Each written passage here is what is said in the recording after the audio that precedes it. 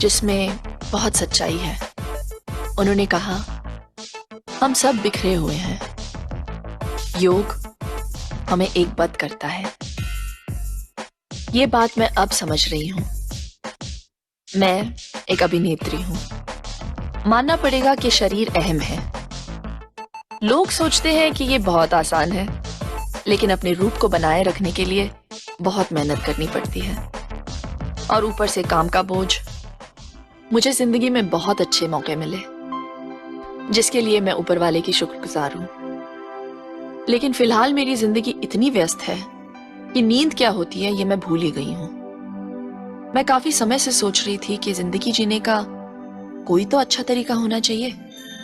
मेरे पेरेंट्स और मेरे दोस्त काफी समय से मुझे योगा की तरफ लाने की कोशिश कर रहे थे। मैंने बिल्कुल उम्मीद नहीं की कि योग ऐसा होगा। ये तन, मन और आत्मा पर काम करता है। ये आप कह सकते हैं कि ये जीने का एक नया तरीका है, जीने का एक बेहतर तरीका, जीने का एक संपूर्ण तरीका।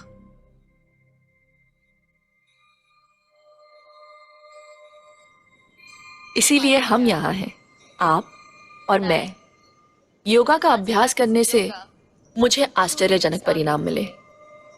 ये मैं यकीन के साथ कह सकती हूँ, और मेरा यकीन कीजिए कि योगा मैं जिंदगी भर करती रहूंगी।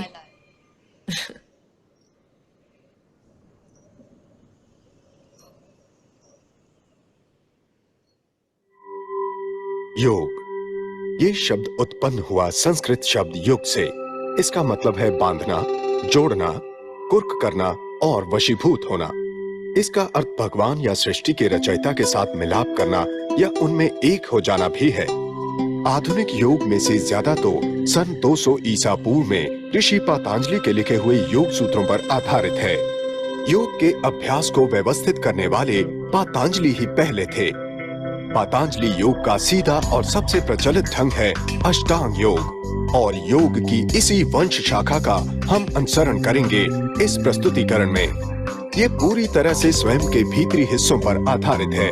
इसमें वजन उठाना नहीं पड़ता, खान पान में कोई खास संयम नहीं और धार्मिक रहस्य तो बिल्कुल नहीं है। योग की कई और शाखाएं हैं, जैसे कर्म योग, ज्ञान योग, भक्ति योग, मंत्र योग और हठ योग के उच्च स्तर, जिनमें से कुछ योग के अभ्यास और धर्म को एक दूसरे में समाकर स्वीकारते हैं। योग की इन शाखाओं के लिए चाहिए जीवन भर का समर्पण और अभ्यास, और बुनियादी मूल में योग के पूर्ण ज्ञान का अनुसरण करना इनके लिए अनिवार्य है। अष्टांग योग का नाम पड़ा दो संस्कृत शब्दों से।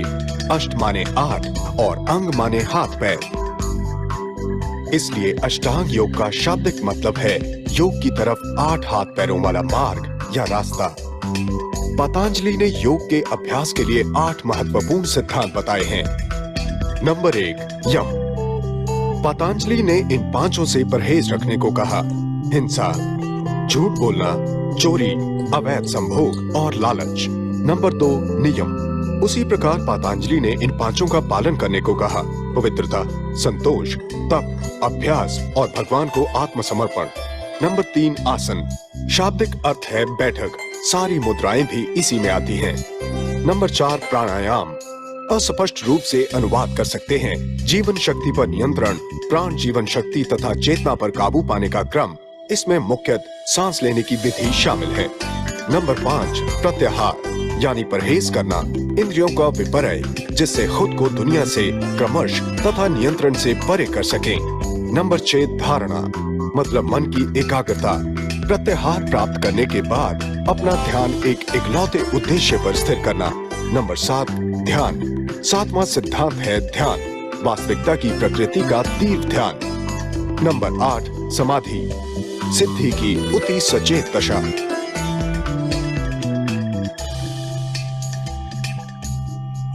योग विशाल है।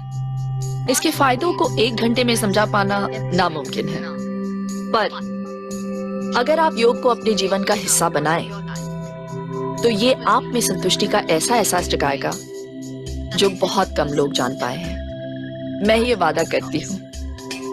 जहां तक मेरा सवाल है, मैं सिर्फ रास्ता दिखा सकती हूँ। शुरू करें?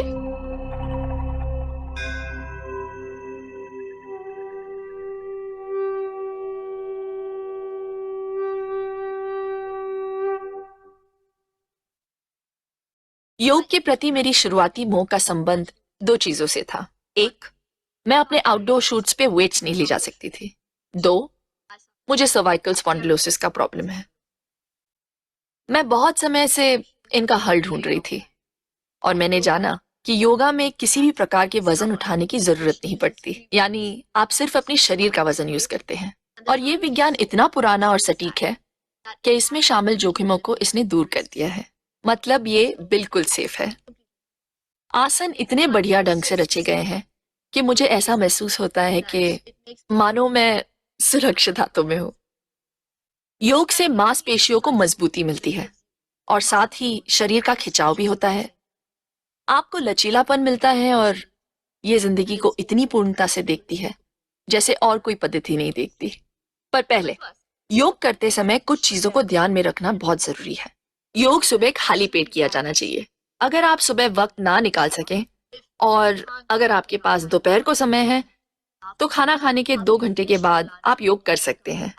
सुबह मैं उठकर 2-1 गिलास पानी पीती हूँ, चाय या कॉफी पीती हूँ, फिर 15 या 20 मिनट के बाद योगा करती हूँ। योगा के कोई सेट टाइमिंग्स नहीं होते। It's perfectly okay. इतना ठीक है तो आप भी चाय या कॉफी पीकर योगा शुरू कर सकते हैं। योग करते समय आरामदायक कपड़े पहने और कोई भी आसन करते वक्त ध्यान रखें कि आप अनकंफर्टेबल ना हो। किसी भी प्रकार का दर्द या असुविधा हो तो आसन से बाहर निकलें, पर झटके से नहीं, आराम से। आपको शुरू शुरू में थोड़ा दर्द तो जरूर होगा, पर वो चला जाएगा। जैसे कहा जाता है, बिना कष्ट के कृष्ण नहीं मिलते। तो नाक से सामान्य तरीके से सांस लेते रहें अगर मना ना किया गया हो। और what are we waiting for? Come on, let's go.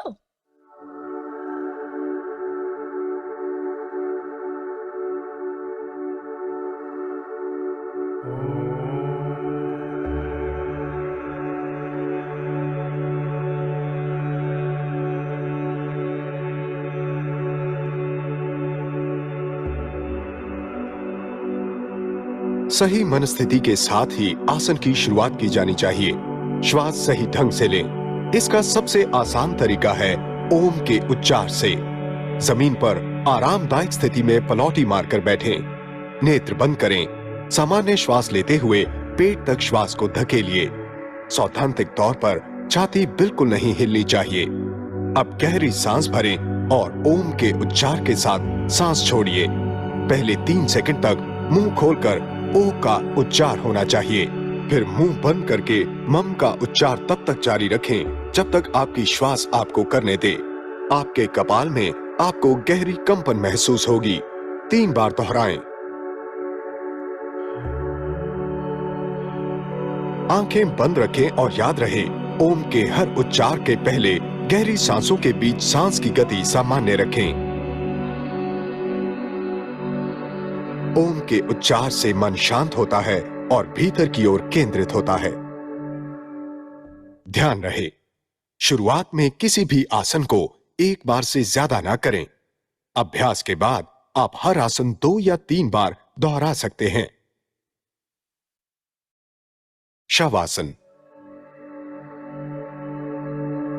पीठ के बल लेटिए, पैर जुड़े हुए, पैरों की उंगलियां बाहर की ओर, हाथ जंघाओं के पास और आंखें बंद करें।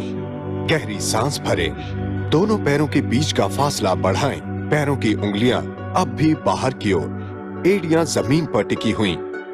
हाथों को जमीन पर ऐसे रखें कि वो शरीर के किसी भी हिस्से को ना छुएं।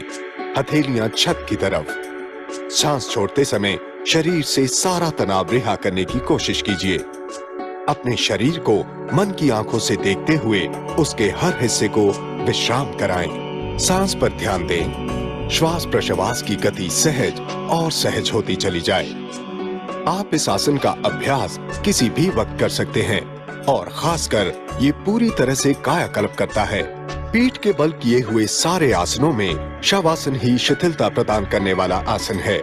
यानी तन और मन योगा अभ्यास के लिए तैयार हैं। अर्ध हलासन, एक पैर से।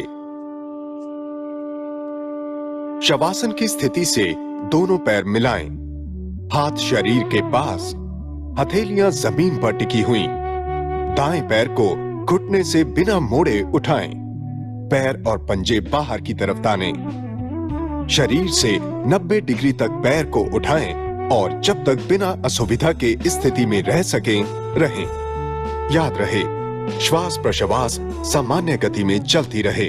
धीरे से पैर को जमीन पर लाते हुए आसन से बाहर निकलें। अब दूसरे पैर के साथ दोहराएं। ये अर्ध हलासन है। इसे ये नाम दिया गया क्योंकि अंतिम स्थिति में शरीर हल समान नजर आता है। ये पैर, पेट और कमर के लिए लाभदायक है। ये जंघाओं और पिंडलियों को प्रबल बनाता है। जंघाओं के पिछले भाग व नितंब में खिंचाव लाता है एवं आंत, गुर्दों में रक्त प्रवाह बढ़ाता है। अब विश्राम करें, श्वास लें, 10 सेकंड तक शवासन करें। उत्तान पादासन। शवासन की स्थिति से दोनों पैर मिलाएं, हाथ शरीर के पास, हथेलियां नितंबों के नीचे ले जाएं। दोनों पैरों को उठाएं और घुटने मोड़े बिना ही जमीन से 30 डिग्री ऊपर पहुंचने पर वहीं रुक जाएं व 5 सांस भरने तक इसी स्थिति में बने रहें। उसी तरह 60 डिग्री पर रुकिए और अंत में जमीन के 90 डिग्री पर। हर बार 5 सांस भरने तक स्थिति में बने रहें। धीरे धीरे पैरों को नीचे लाएं। 60 डिग्री और 30 डिग्री पर रुकते हुए श्वास सामान्य गति से लें।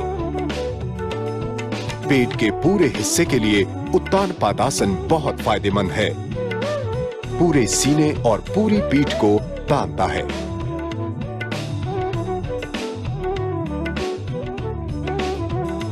अर्ध पवन मुक्तासन।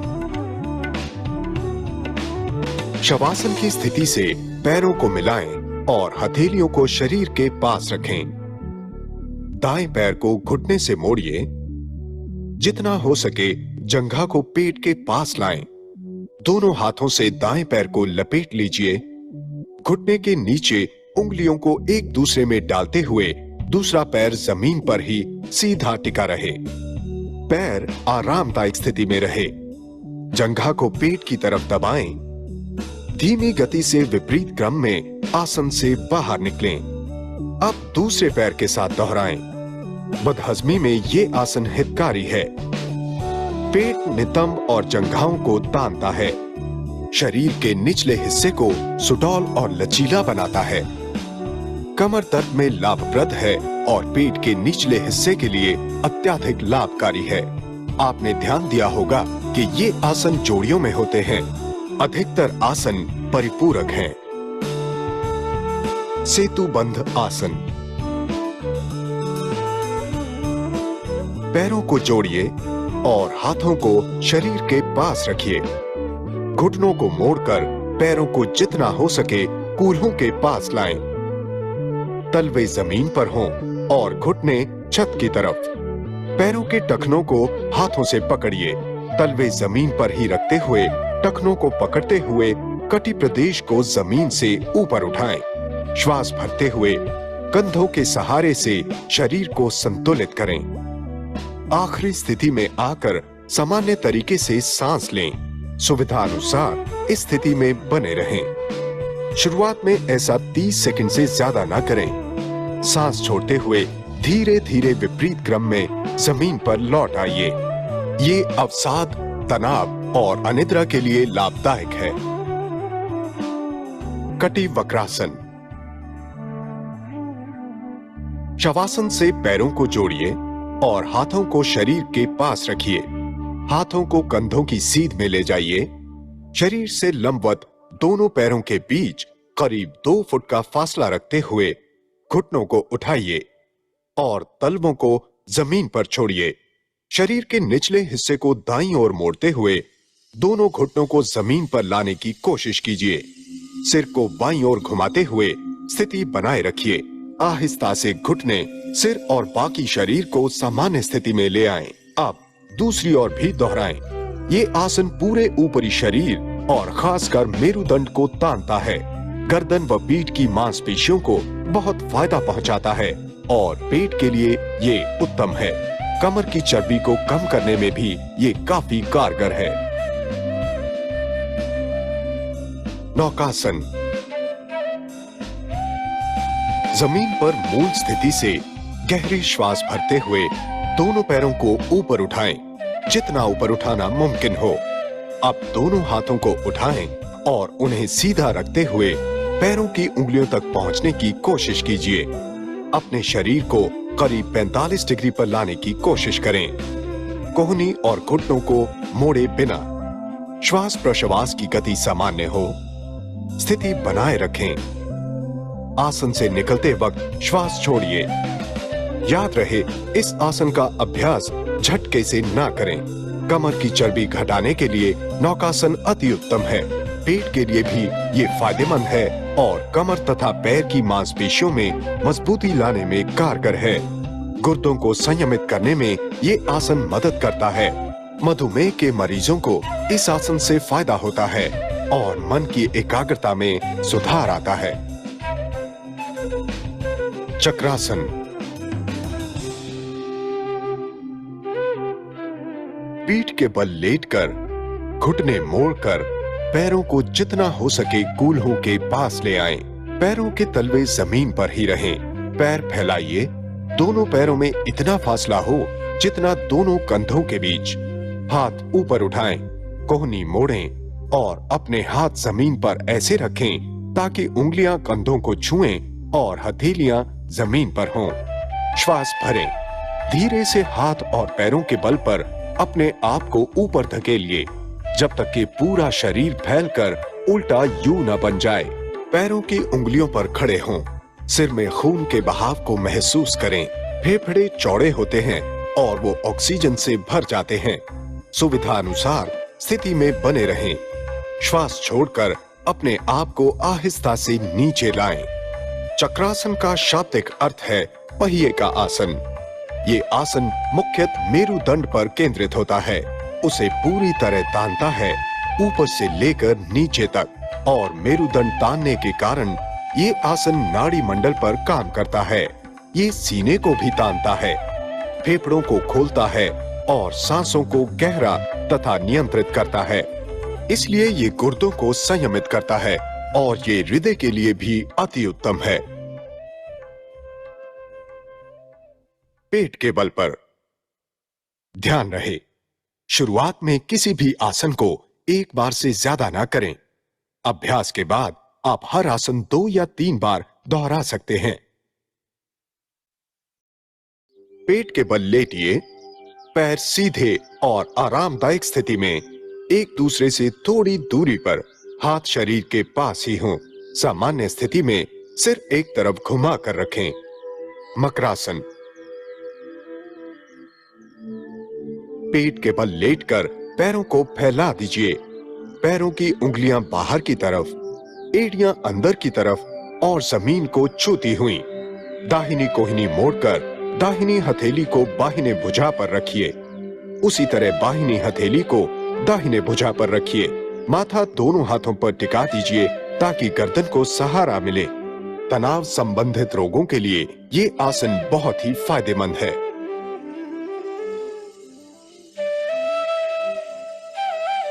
अर्धशलभासन। पेट के बल लेटिए। हाथों को जंघाओं के नीचे डालिए। हथेलियां ऊपर की तरफ। श्वास धीमी गति से भरते हुए दाहिना पैर जमीन से जितना ऊपर हो सके उठाइए। पैरों को सीधा रखें, घुटने से मोड़े बिना। दूसरे पैर पर वजन डाले बिना या पेट का निचला हिस्सा जमीन से ऊपर उठाए बिना जितनी देर हो सके इस आसन में बने रहें व श्वास भरें। श्वास छोड़ते हुए धीमे धीमे पैर जमीन पर ले आएं। अर्धशलभासन बाजुओं के विकास में लाभप्रद है व पेट की मांसपेशियों को बल प्रदान करता है। ये पेट, पीठ तथा आंतों को उत्तेजित करता है, मूत्राशय को मजबूत करता है और मेरुदंड को तानता है। अब हथेलियों को जंघाओं के नीचे से निकालकर विश्राम करें। भुजंगासन। सिर इस तरह रखें कि ठुड्डी जमीन पर हो। हाथों को सीने के पास लाएं। हथेलियां जमीन पर हों और पैर जुड़े हुए। सांस अंदर भरते हुए धीरे से सिर उठाएं। इसी अवस्था में रहें जहां सीना जमीन से ऊपर हो, पर ज्यादा नहीं। याद रहे, हाथ सिर्फ सहारा देने के लिए ही जमीन पर हैं। पूरा वजन हाथों पर मत डालिए। स्थिति में बने रहिए और आराम से सामान्य स्थिति में लौट आइए। इससे ऊंचे स्तर के लिए शुरुआत उसी प्रकार होगी, लेकिन इसमें सिर और सीने को जितना ऊपर हो सके उठाएं। कूल्हों की मांसपेशियों में कसाव लाएं ताकि पीठ सुरक्षित रहे। पेट के नीचे का हिस्सा जमीन पर रहना चाहिए। स्थिति में बने रहिए, फिर धीरे से वापस जमीन पर लौट जाइए। भुजंगासन मेरुदंड को तानता है, कमर व हाथों को बल देता है और फेफड़ों व सीने को मजबूती देता है।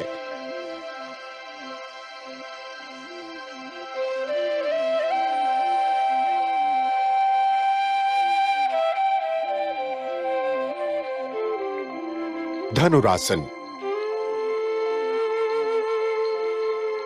पेट के बल लेटकर ठुड्डी जमीन पर रखें। श्वास छोड़िए, पैर उठाइए और घुटनों से मोड़िए। पैरों को अपनी ओर लाएं, पीछे झुकें और दाएं हाथ से दाएं टखने को पकड़ें व बाएं हाथ से बाएं टखने को पकड़ें। सांस भरें, टखने को ऊपर की ओर खींचते हुए जंघाओं को जमीन के ऊपर उठने दें। साथ ही सीने को जमीन के ऊपर उठाएं। सांस रोके रखिए। शरीर का पूरा वजन केवल पेट पर होना चाहिए। सिर को जितना पीछे हो सके लेकर जाएं। जितनी देर सांस को बिना तकलीफ के रोक सकें, उतनी देर आसन में बने रहें। अब धीमी गति से सांस छोड़कर घुटने जमीन पर टेकें, टखनियां छोड़ें और पैर व हाथ जमीन पर लाएं। योग में सबसे श्रेष्ठ आसन धनुरासन को ही माना जाता है। ये व्यक्ति को सुडौल बनाए रखता है, मेरुदंड में लचीलापन लाता है।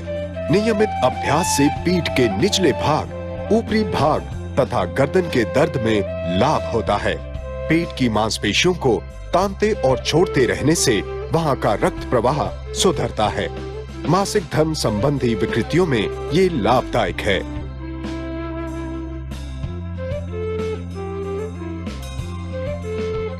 तीस सेकंड तक शवासन करें ताकि शरीर पूर्ण विश्राम कर सके।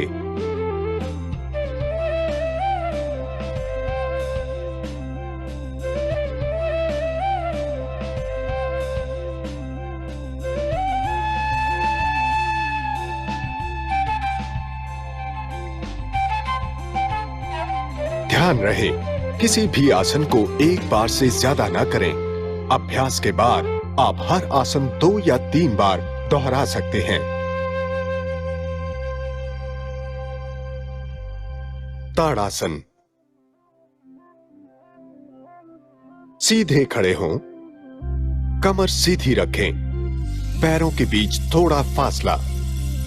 दोनों हाथों की उंगलियों को एक दूसरे में फंसाकर सिर के ऊपर उठाएं। शरीर व हाथों को और ऊपर तानने की कोशिश करें।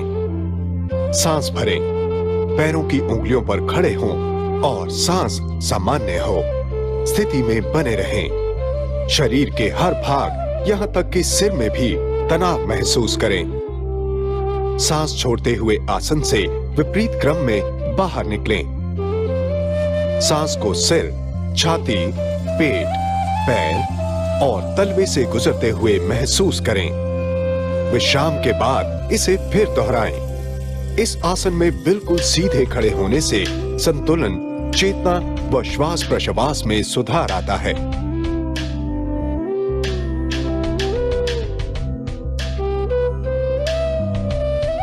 पृष्ठासन। पैरों के बीच थोड़ा फासला रखें। शरीर आरामदायक व संतुलित रहे। सांस भरते हुए हथेलियों को कमर पर रखें। अब जितना हो सके पीछे झुकें। हाथों से शरीर को सहारा दें। काबिलियत से ज्यादा ना करें। सांस बाहर छोड़ते हुए सामान्य स्थिति में लौट आएं। हालांकि देखने में ये बहुत आसान है, पर ये आसन लचीलापन लाता है, रीढ़ व पीठ की मांसपेशियों को मजबूती देता है और श्वास प्रणाली को बेहतर बनाता है। शरीर को खड़ी अवस्था के बाकी आसनों के लिए तैयार करता है। पाद हस्तासन। पैरों के बीच दूरी रखकर खड़े हों और हाथ सीधे ऊपर उठाएं। थोड़ा पीछे झुकें। सांस छोड़ते हुए आगे की ओर झुकें। पहले कमर से, फिर गर्दन और अंत में सिर को झुकाएं। झुकते समय कूल्हों को थोड़ा पीछे धकेलें। पैरों की उंगलियों को छुएं। शुरुआत में घुटने मुड़े तो कोई बात नहीं। सांस भरें, उठें और सामान्य स्थिति में लौट आएं। इसे दोहराएं। पाद हस्तासन पैरों और घुटनों के लिए लाजवाब है। पेट की चर्बी को घटाने व कपाल में रक्त प्रवाह बढ़ाने में ये मदद करता है। ये आसन भले ही बिल्कुल आसान लगे, पर ये कारगर है। अब तक आपने देखा होगा कि किस तरह अलग अलग आसन शरीर के अलग अलग हिस्सों पर काम करते हैं, पर ज्यादातर ये एक साथ काम करते हैं।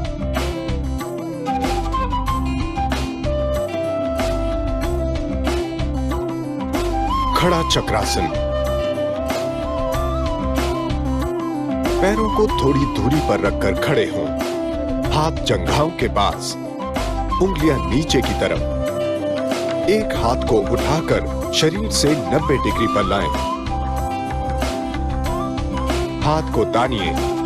अब शरीर को जितना हो सके दूसरी ओर झुकाएं, ताकि शरीर में गोलाई आए। घुटने न मोड़ें। सांस भरते हुए ऐसा करें।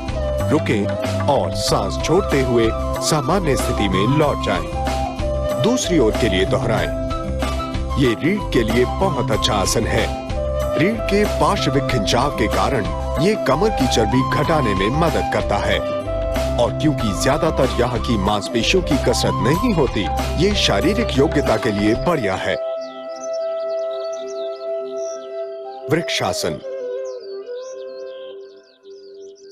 ताड़ासन में खड़े होकर दाहिने पैर को घुटने से मोड़िए। दाहिनी जंघा को उठाकर तलवे को बाईं जंघा के अंदर की तरफ जितना ऊंचा हो सके उतना रखें। बाएं पैर पर संतुलन बनाकर दोनों हाथ जोड़ें व सिर के ऊपर उठाएं। कोहनियों को बिना झुकाए। जितनी देर हो सके ऐसे खड़े रहें। नथुनों से धीमी गति में श्वास लेते रहें। हाथों व दाएं पैर को नीचे लाएं व सामान्य स्थिति में लौट जाएं। थोड़ा रुककर दूसरे पैर के साथ दोहराएं। वृक्षासन में सबसे बड़ी चुनौती संतुलन बनाए रखने की है।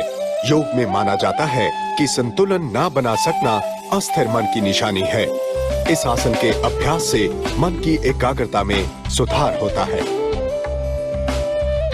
नटराजासन। पैरों में थोड़ी दूरी रखकर खड़े रहें। हाथ शरीर के निकट। बाएं पैर को मोड़कर पीछे की ओर ले जाएं। बाएं पैर को बाएं हाथ से पकड़िए। साथ ही दाएं हाथ को सामने की ओर सीधा उठाएं। संतुलन बनाए रखें। बाएं पैर को बाएं हाथ से जितना ऊपर उठा सकें उठाएं। ऐसा करने के लिए आपको आगे झुकना पड़ेगा। नथुनों से धीमी गति से सांस लेते हुए इस आसन में बने रहें। नजर थोड़ी ऊपर की तरफ केंद्रित करें। जितनी देर रह सकें इस आसन में रहें। फिर विपरीत क्रम में आसन से बाहर आएं। नटराजासन का नाम भगवान शिव के एक नृत्य मुद्रा पर रखा गया। संतुलन तथा मन की एकाग्रता में ये आसन सुधार लाता है। पीठ का मेहराब सा आकार और तना हुआ पैर रीढ़ के हर जोड़ को सीध में लाते हैं और वापस लचीला बनाते हैं। उत्कटासन। सीधे खड़े हों। हाथ शरीर के पास ही, कमर सीधी, नजर सामने, पैर उतने फैलाएं जितना दोनों कंधों में फासला हो। दोनों घुटनों को इस तरह घुमाएं कि घुटने और पैरों की उंगलियां बाहर की तरफ हों। घुटनों को झुकाते हुए शरीर को जमीन की तरफ खींचें। कमर सीधी रखें। दोनों हाथों को नमस्कार मुद्रा में सिर के ऊपर ले जाएं। घुटने और मोड़ते हुए शरीर को और नीचे लाएं। जंघाओं को जमीन से समानांतर लाने की कोशिश करें। कमर सीधी रखें। जितनी देर आराम से इस आसन में रह सकें, रहें। फिर विपरीत क्रम में आसन से बाहर निकलें। उत्कटासन निचले शरीर के लिए फायदेमंद है, खासकर महिलाओं के लिए। मासिक धर्म को नियमित करता है, मूत्राशय का संक्रमण ठीक करता है। ये घुटनों, बाजुओं और पिंडलियों के लिए भी उत्तम है। ये जंघाओं तथा कमर से मोटापा घटाता है और पेट के निचले हिस्से को बल देता है। वीरभद्रासन। पैरों के बीच 4 फुट का फासला बनाएं। दायां पैर 90 डिग्री दाईं तरफ घुमाएं। पंजा जमीन पर ही हो। शरीर को भी दाईं तरफ घुमाएं। ध्यान दें कि बायां पैर अपनी सामान्य स्थिति में ही रहे, दाएं पैर के साथ न घूमे। ये एक आम गलती हो जाती है। दोनों हाथों को नमस्कार मुद्रा में लाएं। हाथों को सिर के ऊपर उठाएं। धीरे धीरे दाएं पैर को मोड़िए और जमीन से समानांतर लाएं। घुटना टखने के पीछे या ठीक ऊपर होना चाहिए। ऐसी अवस्था में पीछे झुकने की कोशिश करें।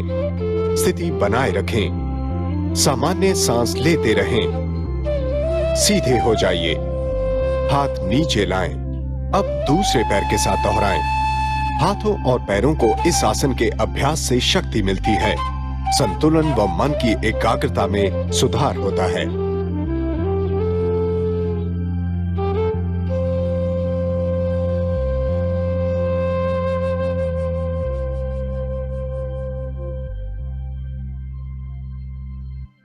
ध्यान रहे, किसी भी आसन को एक बार से ज्यादा ना करें।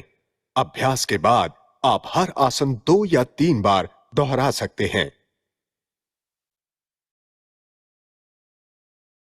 व्रजासन।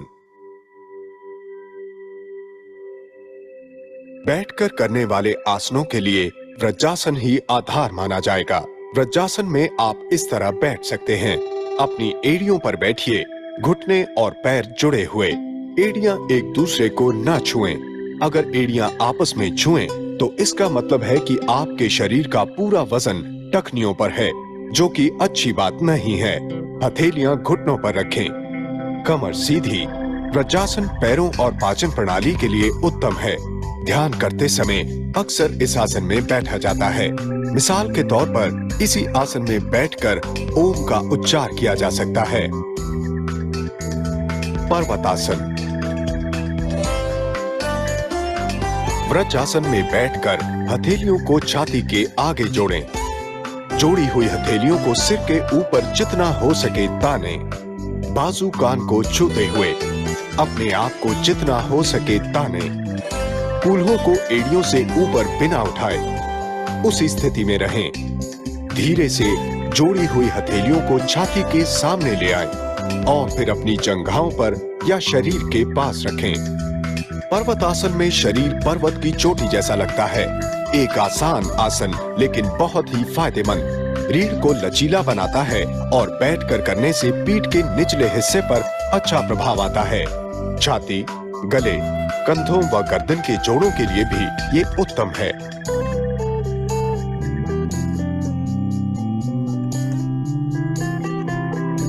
शशांकासन।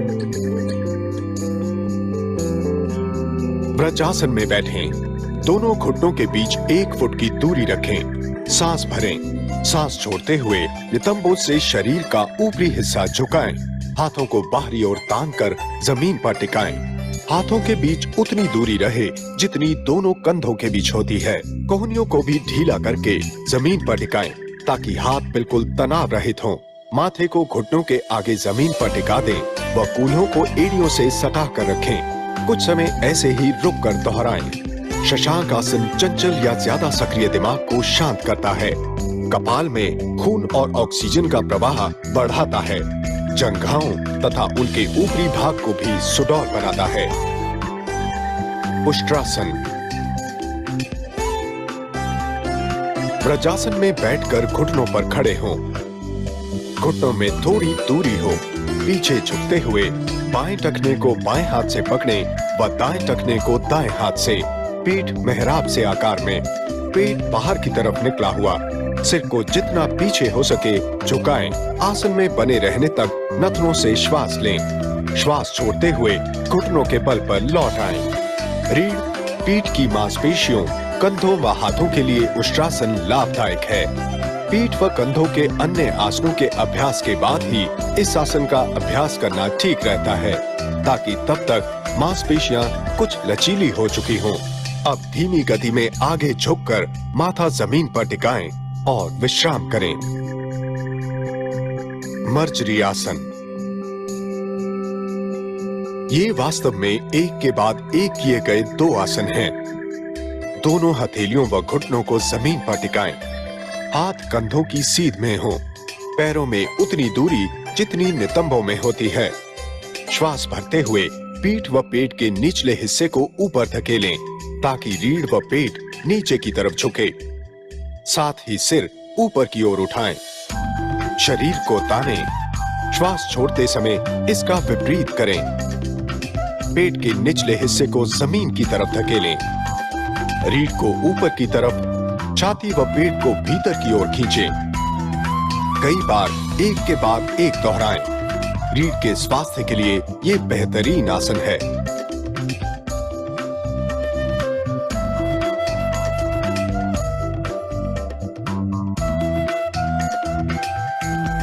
व्यग्रासन। मर्जरी आसन की पहली स्थिति में जब रीढ़ नीचे की तरफ झुकी हो, श्वास भरकर दाएं पैर को उठाएं। दायां तलवा ऊपर उठी हुई गर्दन की तरफ व गर्दन से समानांतर हो, ताकि पैर मेहराब से आकार में हो। स्थिति में बने रहें। श्वास छोड़ते हुए पैर को सामान्य स्थिति में ला दीजिए। व्यग्रासन माने बाघ का आसन। पेट की मांसपेशियों व रीढ़ की स्नायुओं के लिए ये अति उत्तम है।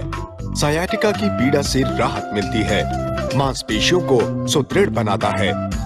मर्जरी आसन के साथ ये आसन भी गर्भवती महिलाओं व नई बनी माओं के लिए लाभदायक है। इन दोनों आसनों का अभ्यास सबसे सरल है। फिर भी करने से पहले अपने डॉक्टर की सलाह जरूर लें।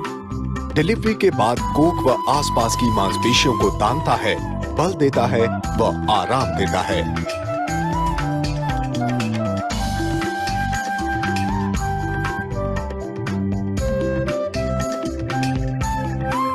योग मुद्रा। पद्मासन में बैठकर या किसी भी आरामदायक स्थिति में पलौटी मारकर या वज्रासन में हाथों की उंगलियों को पीठ के पीछे आपस में फंसा दें। धीरे से आगे झुकें। कमर से शुरू करके फिर पीठ और अंत में गर्दन, जब तक कि माथा जमीन पर ना टिके स्थिति में बने रहें। और फिर धीरे से लौट आएं। ये पेट की मांसपेशियों के लिए एक बहुत ही उत्तम आसन है।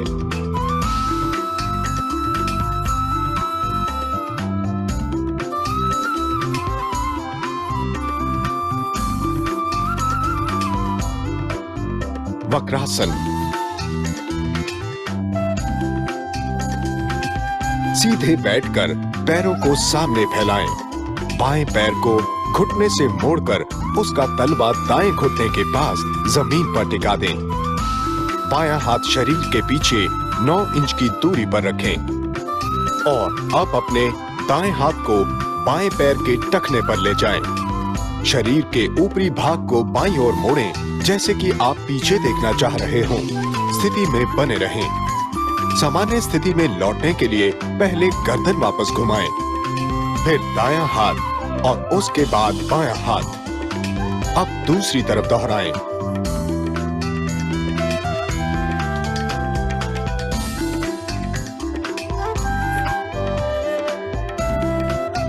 ये आसन रीढ़ को लचीला बनाता है, पाचन क्रिया में मदद करता है और स्नायु मंडल के लिए महत्वपूर्ण अभ्यास है।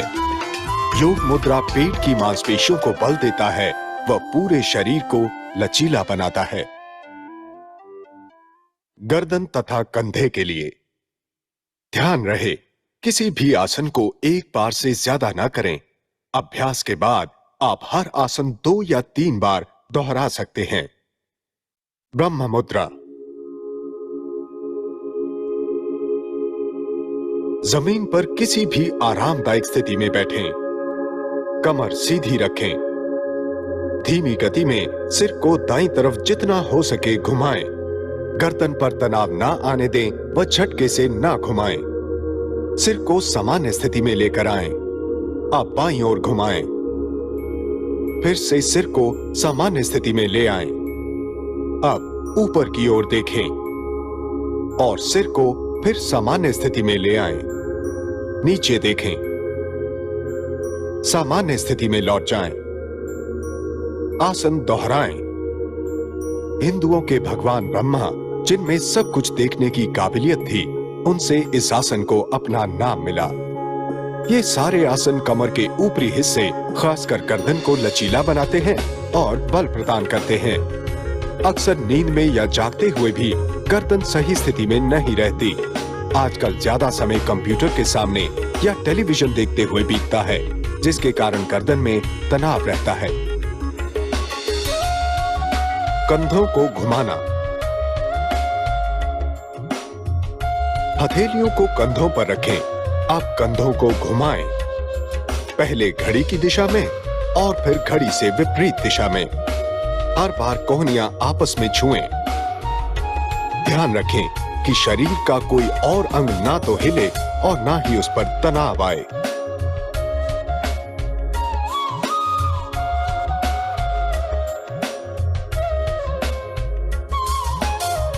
उंगलियों को फंसाकर तानना। हाथों को सिर के ऊपर उठाएं। ताड़ासन की तरह उंगलियों को एक दूसरे में फंसा दें। ऊपर की ओर तानें और फिर छोड़ दें।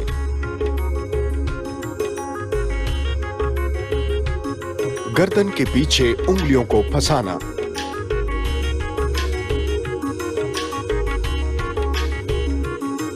उंगलियां इस तरह फंसाएं। अब फंसी हुई उंगलियों को गर्दन के पीछे टिकाएं। कोहनियों को जितना हो सके पीछे की तरफ धकेलें। ये सीने के जोड़ों के लिए फायदेमंद है।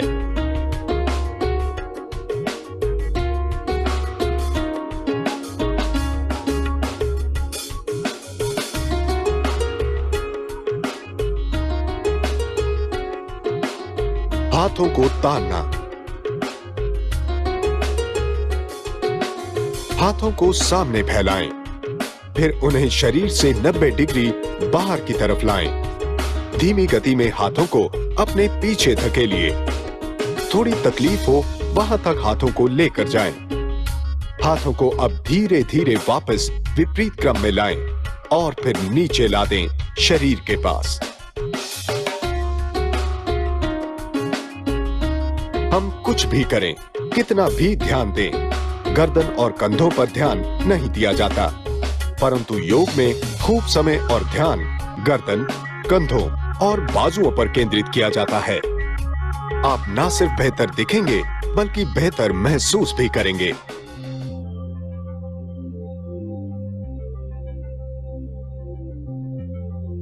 कपालभाति।